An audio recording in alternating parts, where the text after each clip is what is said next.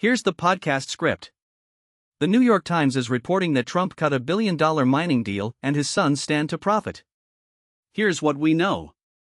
Last September, Commerce Secretary Howard Lutnick sat down with Kazakhstan's president at the St. Regis Hotel in New York. President Trump joined by phone. The result? An agreement giving a little-known American company called Kaz Resources access to one of the world's largest untapped reserves of tungsten, a metal the United States needs badly for missile warheads, fighter jets, and computer chips. And ahead of that deal, the Trump administration approved preliminary applications for up to $1.6 billion in federal financing for that same company. Now here's where it gets complicated.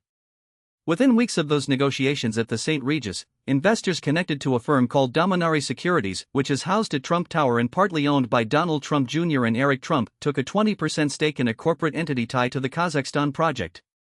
That investment happened 6 days before the deal was officially signed, and it was not publicly disclosed at the time.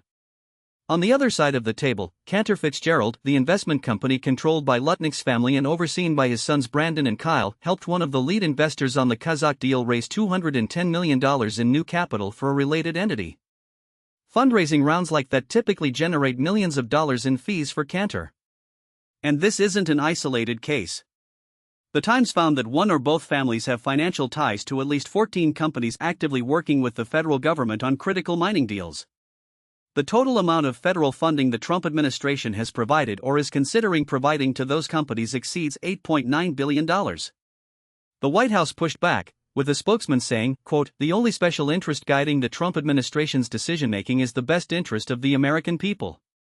The Commerce Department also rejected any suggestion of improper mixing of government action and family business. And Penny Althouse, the executive chairman of Kaz Resources, told the Times he never met the Trump sons, didn't know they were involved initially, and that the project goes way beyond any one president or any one family.